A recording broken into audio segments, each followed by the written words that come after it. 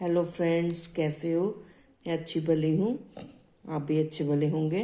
आज मैं आपको अपने पितर दोष के बारे में बताने जा रही हूँ कि हमारा पितर दोष था और किस तरह से वो शांत हुआ।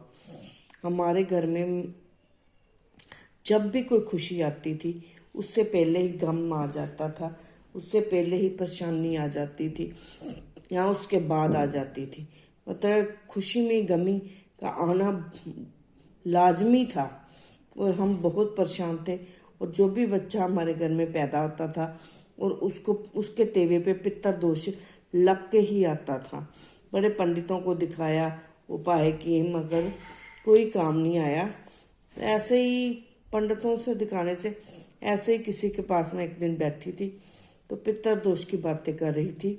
तो उसने बोला कि पितर दोष का सबसे बड़ा है कि तू रोजाना पीपल के पेड़ को सरसों का तेल का दिया जलाया करो।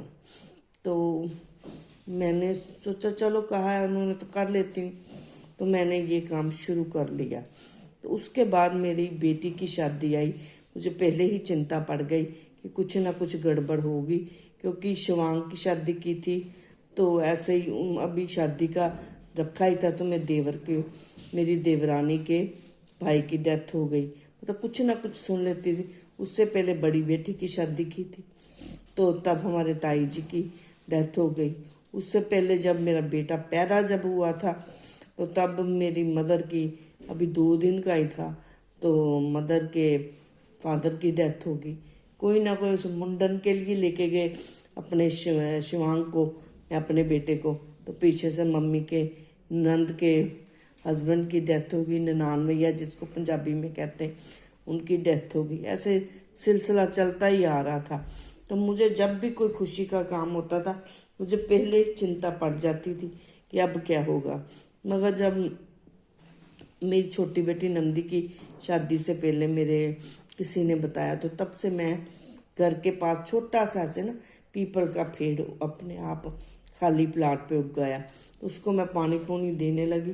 अब तो वो 4 साल हो गए हैं तो पूरा बहुत विशाल पीपल का पेड़ हो गया। तो उसको मैं डेली तब से दिया जला रही हूँ सरसों के तेल का। और एक तुलसी पे भी मैं रोज़ ही दिया जलाती हूँ सरसों के तेल का।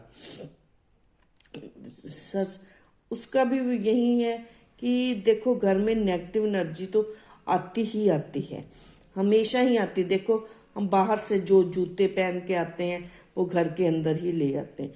हमारे यहाँ ये तो नहीं है कि घर के जूतों को बाहर ही उतारा जाए, और जो मेहमान लोग भी आते हैं वो भी जूते लेके अंदर आते हैं। नेगेटिव एनर्जी तो हमारे घर में डेली ही आती है।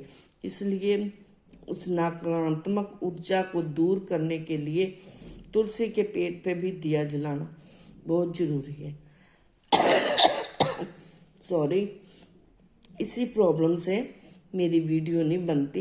ये थोड़ी मेरे को प्रॉब्लम हो चुकी है, इसकी ट्रीटमेंट काफ़ी मंथ से चल रही है, बीच बीच में ये हो जाता है, सॉरी। तो मतलब लगातार मैं ये दोनों दिए जलाती रही हूँ, पूजा करती रही हूँ, और उससे मेरे घर में अब कोई सुख शांति है। आनंदी की शादी पे कोई भी परेशानी नहीं आई। और उसके घर में तब से मुझे लगने लगा कि ये जो पीपल के पेड़ पे पितर दोष बहुत दूर होता है। जिस किसी को भी पितर दोष है वो ज़रूर ही पीपल के पेड़ पर सरसों के तेल का दिया रोज़ जगाएं तो उनका पितर दोष दूर हो जाएगा। मेरा तो 85% दूर हो चुका है।